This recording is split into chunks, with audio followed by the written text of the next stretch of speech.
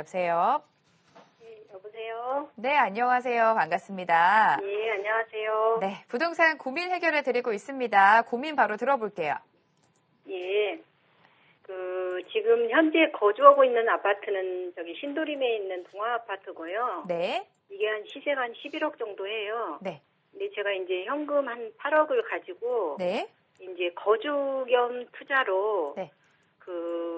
여의도 뭐 대표적인 시형이나 네. 뭐 삼부 그다음에 네. 목동 재건축이나 네. 잠실 5단지 중에 네.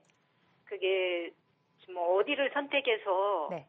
이제 좀 그래서 가면 좋을까 여쭤보고 싶고요. 네. 그다음에 이제 그러면 지금 현재 살고 있는 아파트를 매도 시기하고 그 재건축 그 진입 시기를 어떻게 잡아야 될지 그걸 좀 여쭤보고 싶습니다.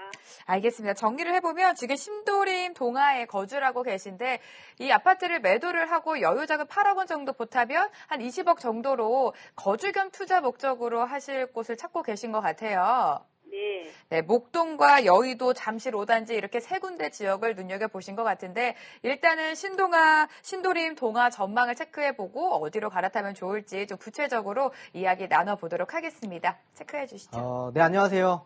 네, 안녕하세요. 뭐 이렇게 많네요, 지역이. 지역이 뭘 많아요. 네. 거주 목적이신가요, 거주 목적? 아니, 저기 투자 겸 거주요. 투자 겸 거주는 없어요. 근데 이제 거주는 하실 건가요? 네. 그러면, 알겠습니다. 뭐 재건축 단지들을 보신 거 보니까 거주 목적도 있지만 투자성이 굉장히 강하신 것 같아요. 그죠? 네. 네, 일단은 답변 드릴게요. 이 세 지역 다 좋은 지역이고요. 우리 신도림 쪽도 다 좋아요. 근데 다만 동아 아파트는 이제 어느덧 연식이 20년 차가 훌쩍 넘어간 아파트입니다. 그죠? 네. 그러면 지금부터 뭐 최소 10년 정도를 거주한다라고 한다면 이 아파트의 가치는 계속 떨어질 겁니다. 그래서 당연히 갈아타시는 게 맞고요. 상급지로. 이 세 지역 다 좋은 지역이지만 저는 잠실 쪽으로 보시는 게 조금 더 좋지 않을까라고 말씀을 드리고 싶고요. 잠실 주공 5단지 쪽으로 좀 염두하고 보시는 걸 추천드리도록 할게요. 자, 한번 볼게요. 판서를 통해서 조금 말씀을 드리도록 하겠습니다. 자, 우리 아파트 판서가 왜 안 나오나요? 네. 자, 일단 뭐 안 되네요. 되네요. 자, 볼게요. 어디였죠? 목동이었나요? 목동? 네. 목동, 여의도, 잠실 여의도. 5단지요. 그리고 여의도요. 여의도, 그리고 어디예요? 송파, 그죠? 잠실. 자, 보통 통계청 자료에 의하면요, 한 80% 정도가요, 10년 정도는 거주한대요. 그러면 어머님도 한번 거주할 목적이라고 한다면 한 10년 정도는 거주하실 거 아닙니까? 그죠? 네. 네. 그러면 10년 동안 이 오래된 구축 아파트를 내가 살면서 거주의 편의성이 사실은 좋아야 돼요. 거주의 편의성이 좋지 않으면요, 결국엔 나중에 시간에 투자했지만 실패할 수도 있어요. 지쳐서. 그래서 거주의 편의성을 한번 보자고요. 그러면 이렇게 세 지역 중에 제가 조금 더 세분화돼서 알기 쉽게 조금 말씀을 드릴게요.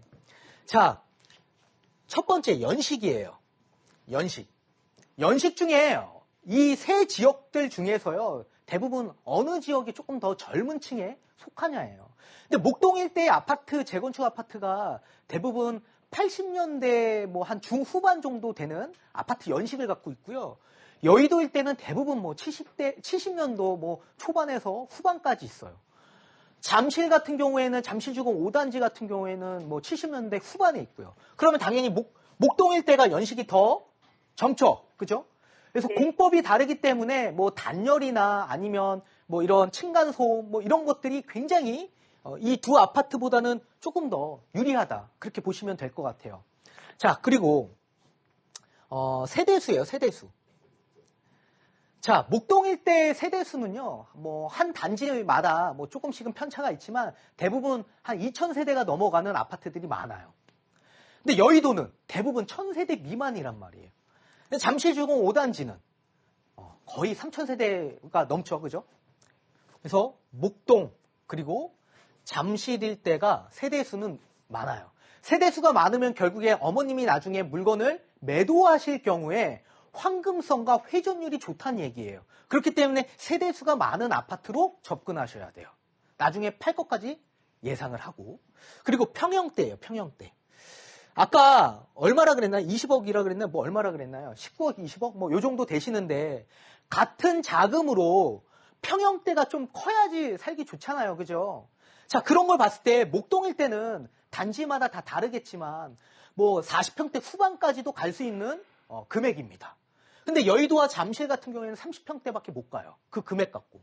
그러면 목동이 조금 더 좋겠네요. 그죠? 그리고 학군을 볼게요. 학군. 자, 학군은 당연히 목동이 가장 우위에 있고요. 그리고 잠실도 학군이 좋습니다. 잠실도.